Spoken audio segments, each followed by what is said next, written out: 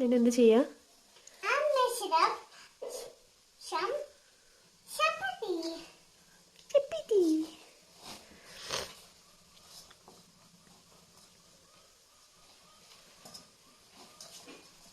അമ്മയ്ക്കൊരു ബോൾ തരൂ. അമ്മയ്ക്കൊരു ബോൾ തരൂ. ഒന്നുകൂടെ തായോ? ഒന്നുകൂടെ താ.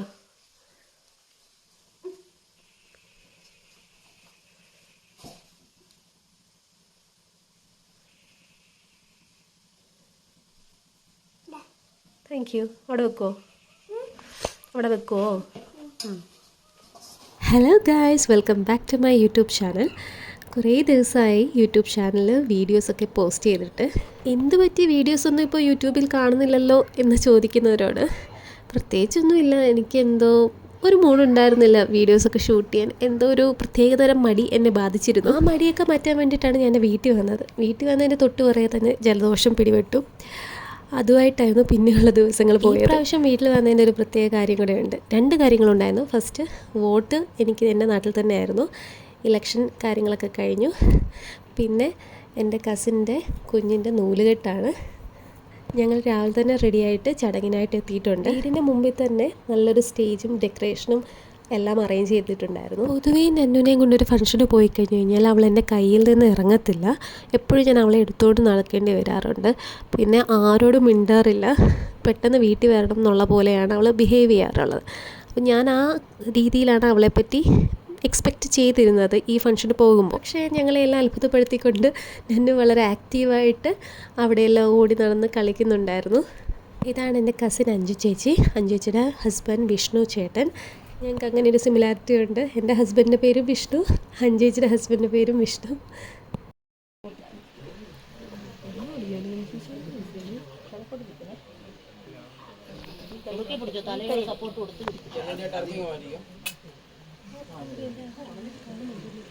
അങ്ങനെ പിടി, അങ്ങനെ പിടി. തല സപ്പോർട്ട്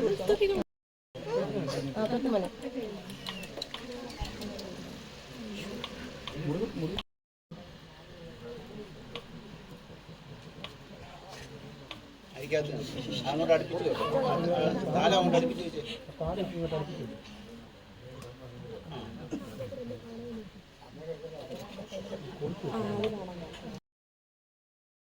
അങ്ങനെ നെയിം അനൗൺസ് ചെയ്തു. കുഞ്ഞിൻ്റെ പേര് ഗഗൻ വിഷ്ണു എന്നാണ്. മോൻ്റെ പെറ്റ് നെയിം ഗൂഗു എന്നാണ്.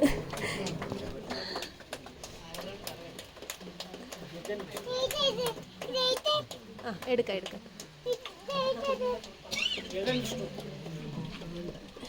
പ്രകാശിന്റെ ഒക്കെ അച്ഛൻ്റെ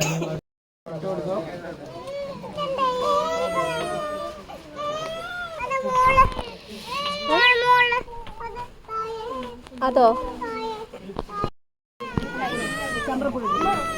എന്നു കേട്ടോ.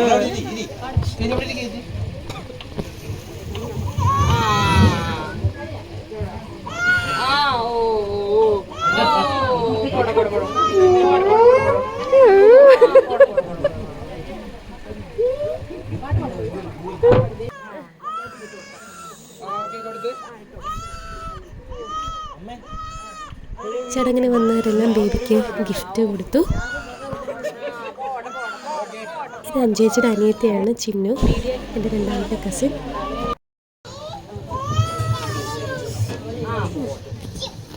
വിളക്ക് വിളക്ക് ശ്രദ്ധിച്ചേനോ?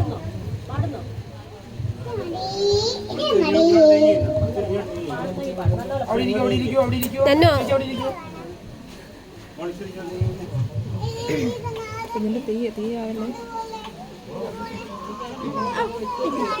അങ്ങനെ ഞാനത് കുറച്ച് ഫോട്ടോസൊക്കെ എടുക്കാൻ പറ്റിയിട്ടുണ്ടായിരുന്നു.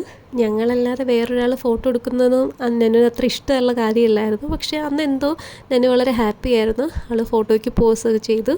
അങ്ങനെ ഫുഡ് കഴിക്കേണ്ട സമയമായി. എടുത്തു പറയാനായിട്ട് നല്ല സദ്യയായിരുന്നു. അതൊക്കെ കഴിഞ്ഞ് ഞങ്ങൾ വീട്ടിലേക്ക് വന്നു. ചടങ്ങുകളൊക്കെ വളരെ ഭംഗിയായിട്ട് നടന്നു. ഗഗൻ മോന് എല്ലാവിധ ഐശ്വര്യങ്ങളും ദൈവം നൽകട്ടെ എന്ന് ഞാൻ പ്രാർത്ഥിക്കുകയാണ്.